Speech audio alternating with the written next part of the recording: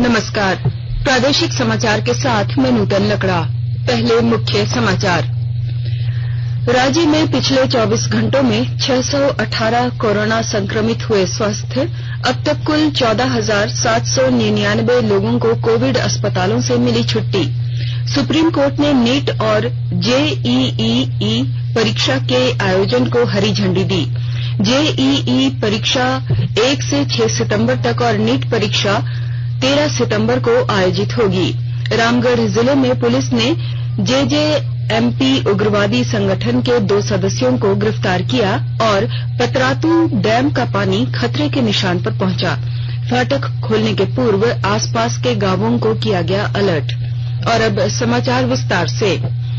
पिछले 24 घंटों में 656 नए मरीज मिलने के बाद राज्य में संक्रमितों की संख्या बढ़कर 23,334 हो गई है। कल सबसे अधिक 190 मरीज धनबाद जिले में मिले।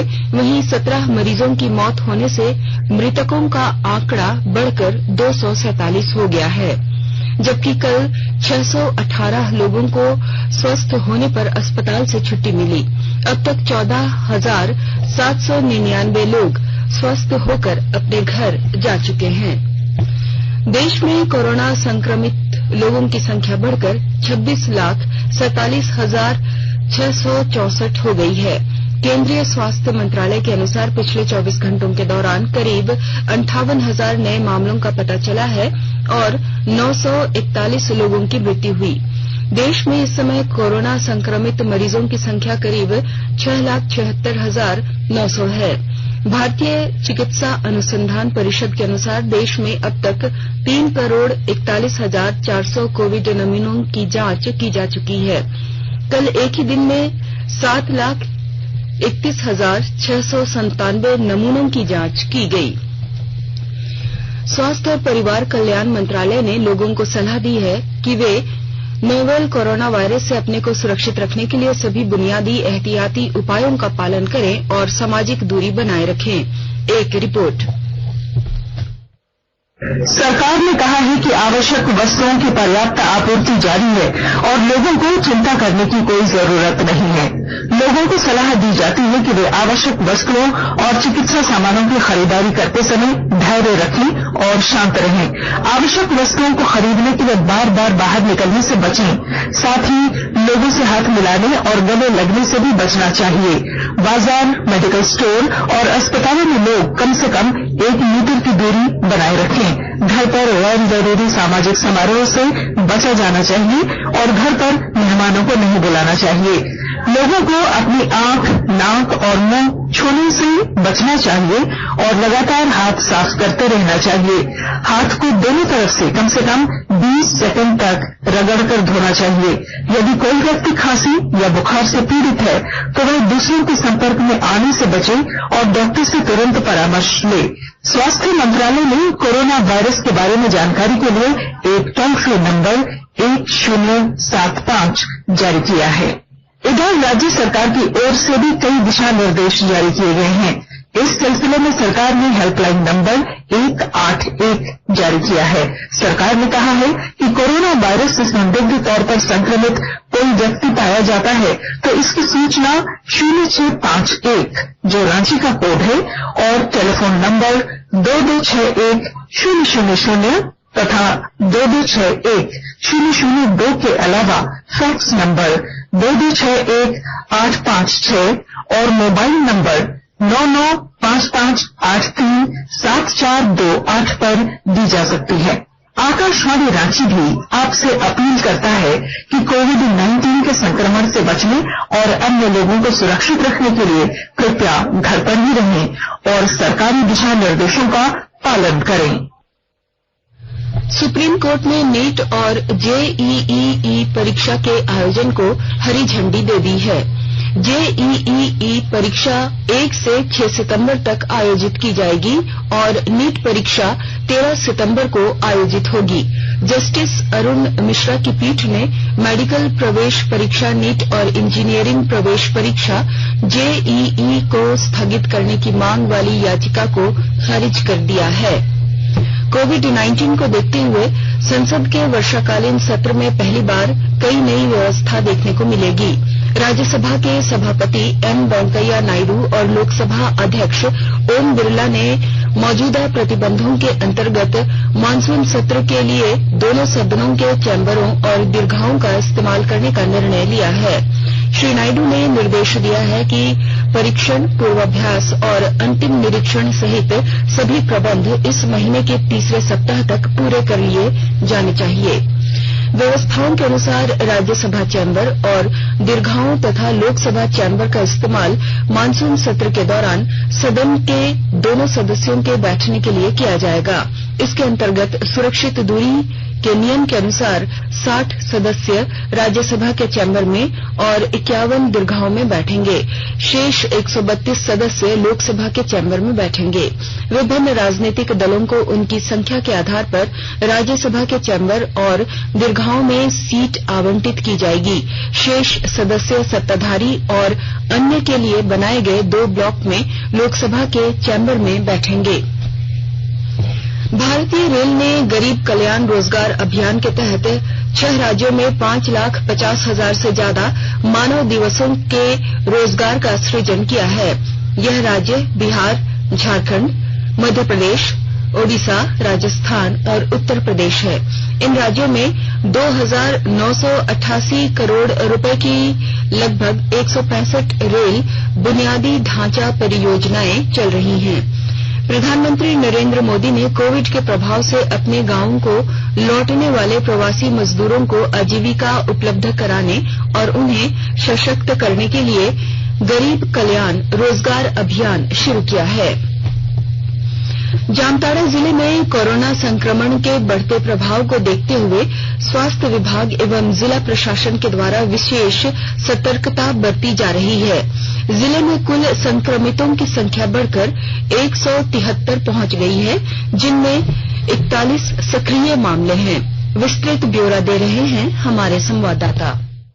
जामताड़ा जिले में कोरोना संक्रमण के बढ़ते प्रभाव को देखते हुए स्वास्थ्य विभाग एवं जिला प्रशासन के द्वारा विशेष सतर्कता बरती जा रही है। पिछले 24 घंटे के अंतराल में 12 नए कोरोना संक्रमितों की पुष्टि हुई है। जिले में कुल संक्रमितों की संख्या बढ़कर 173 पहुंच गई है, जिनमें 41 सक्रिय मामले हैं।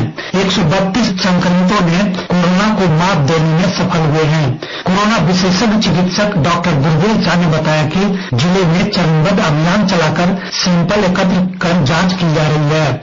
संक्रमित व्यक्तियों को कोविड-19 अस्पताल उदलबनी में आइसोलेट कर इलाज किया जा रहा है। सुभाष प्रसाद सिंह, आकाशवाणी समाचार, जामताड़ा। आकाशवाणी के ताजा तरीन समाचारों के लिए आप हमारे वेबसाइट newsonair.com पर लॉग ऑन कर सकते हैं। ताजा समाचार ट्विटर @न्यूज अलर्ट्स और Facebook All India Radio News पर भी उपलब्ध है।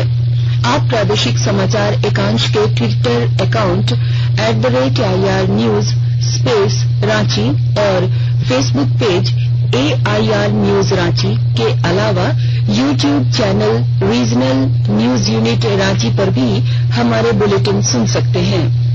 प्रादेशिक समाचार आप आकाशवाणी रांची से सुन रहे हैं। स्वास्थ्य राज्य मंत्री अश्विनी कुमार चौबे ने कहा है कि कोरोना वैक्सीन बनने के बाद सबसे पहले कोरोना योद्धाओं को उपलब्ध कराया जाएगा। उन्होंने कहा कि अभी तक 3 वैक्सीन परीक्षण के विभिन्न चरणों में हैं और वैज्ञानिक इनकी सफलता के लिए कठिन परिश्रम कर रहे हैं। श्री चौबे ने राष्ट्रीय डिजिटल स्वास्थ्य मिशन के शुभारंभ का स्वागत किया। प्रधानमंत्री नरेंद्र मोदी ने स्वतंत्रता दिवस पर राष्ट्र के नाम संबोधन में इस मिशन के शुभारंभ की घोषणा की थी। स्वास्थ्य राज्य मंत्री ने कहा कि यह स्वास्थ्य क्षेत्र के लिए ऐतिहासिक निर्णय है। इससे स्वास्थ्य क्षेत्र में व्यापक बदलाव होगा। राष्ट्रीय डिजिटल स्वास्थ्य मिशन के तहत देश के प्रत्येक नागरिक को स्वास्थ्य पहचान पत्र दिए जाएंगे, जिससे चिकित्सा सेवाओं तक पहुंच आसान होगी।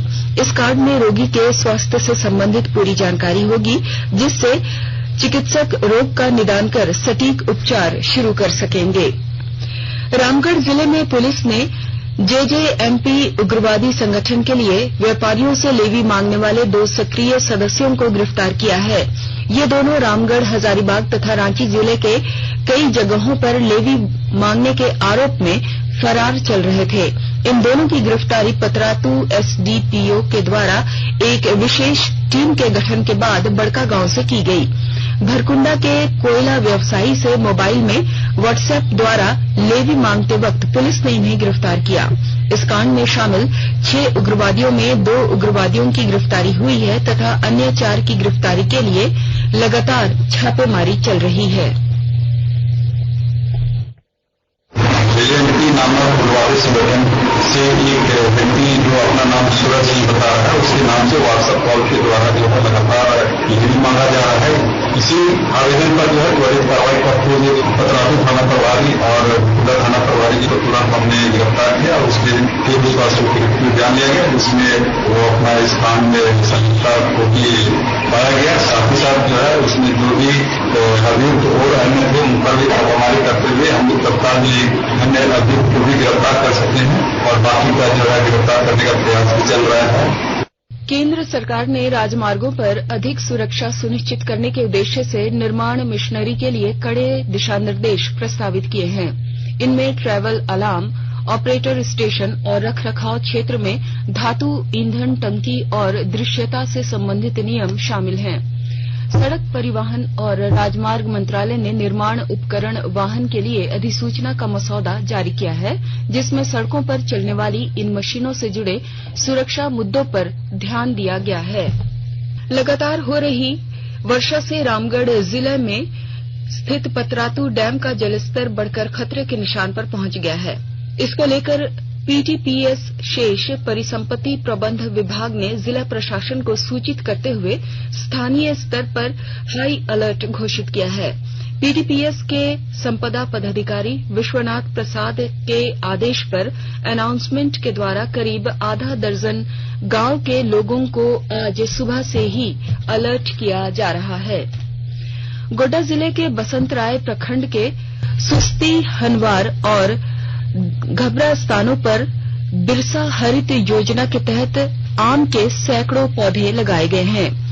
प्रखंड विकास पदाधिकारी और कृषि विभाग के अधिकारियों की उपस्थिति में पौधे रोपण की शुरुआत की गई।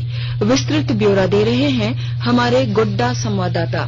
गोड्डा जिले के वसंतराय प्रखंड के सुस्ती, हनवारा एवं धपड़ा स्थानों पर बिरसा हरित योजना के अंतर्गत आम के सैकड़ों पौधे लगाए गए। वसंतराय के प्रखंड विकास पदाधिकारी एवं कृषि विभाग के अधिकारियों की उपस्थिति में पौधा लगाने की शुरुआत की गई। सुस्ती गांव के ग्रामीण आलोक झा ने अपनी 5 एकड़ जमीन पर 300 आम के पौधे लगाए। इन आम के पौधरोपण से जल संरक्षण को तो बढ़ावा मिलेगा ही, इससे आजीविका के साधन भी बढ़ेंगे। ग्रामीण क्षेत्रों में रोजगार एवं आमदनी बढ़ाने के लिए झारखंड सरकार की यह महत्वाकांक्षी योजना है। गोड्डा के कृषि अधिकारियों ने ग्रामीणों को बताया कि एक पौधा 10 पुत्र के समान होता है। इस कोरोना काल में वसंतराय प्रखंड के सैकड़ों प्रवासी श्रमिकों को बिरसा हरित योजना से रोजगार प्राप्त हो रहा है। आकाशवाणी समाचार के लिए गोड्डा से नरेंद्र कुमार। मौसम विभाग ने गढ़वा और पलामू समेत कई जिलों में भारी बारिश और वज्रपात की चेतावनी जारी की है। राज्य के अलग अलग जिलों में रुक रुक कर बारिश हो रही है। मौसम विभाग के अनुसार पलामू, गढ़वा, चतरा, कोडरमा, लातेहार तथा लोहरदगा में 1-2 जगहों पर भारी वर्षा हो सकती है। 18 अगस्त को मौसम सामान्य रहेगा, लेकिन 19-20 अगस्त को मानसून फिर सक्रिय होगा और पश्चिमी, दक्षिणी तथा मध्य भागों में 1-2 जगहों पर भारी से बहुत भारी बारिश होने का अनुमान है। मौसम विभाग ने कहा है कि बंगाल की खाड़ी में 13 अगस्त से ही लो प्रेशर सिस्टम बना हुआ है, जो बंगाल, झारखंड से होते हुए छत्तीसगढ़ की ओर बढ़ रहा है। श्री माता वैष्णो देवी तीर्थ मंदिर की यात्रा लगभग 5 महीने के निलंबन के बाद कल से फिर शुरू हो गई। कोरोना महामारी के कारण यह तीर्थ यात्रा 18 मार्च को रोक दी गई थी। मानक संचालन प्रक्रिया के अनुसार प्रत्येक तीर्थयात्री को मास्क पहनना या चेहरा ढकना और मोबाइल फोन में आरोग्य सेतु ऐप डालना अनिवार्य होगा। यात्रा की शुरुआत में सभी तीर्थयात्रियों को थर्मल स्क्रीनिंग से गुजरना होगा। और अब अंत में मुख्य समाचार एक बार फिर। राज्य में पिछले 24 घंटों में 618 कोरोना संक्रमित हुए स्वस्थ। अब तक कुल 14,799 लोगों को कोविड अस्पतालों से मिली छुट्टी। सुप्रीम कोर्ट ने नीट और जेईई परीक्षा के आयोजन को हरी झंडी दी। जेईई परीक्षा 1 से 6 सितंबर तक और नीट परीक्षा 13 सितंबर को आयोजित होगी। रामगढ़ जिले में पुलिस ने जेजेएमपी उग्रवादी संगठन के 2 सदस्यों को गिरफ्तार किया और पतरातू डैम का पानी खतरे के निशान पर पहुंचा। फाटक खोलने के पूर्व आसपास के गांवों को किया गया अलर्ट। इसके साथ ही आकाशवाणी रांची से प्रादेशिक समाचार का ये बुलेटिन समाप्त हुआ। घर में रहिए, सुरक्षित रहिए और सुनते रहिए आकाशवाणी।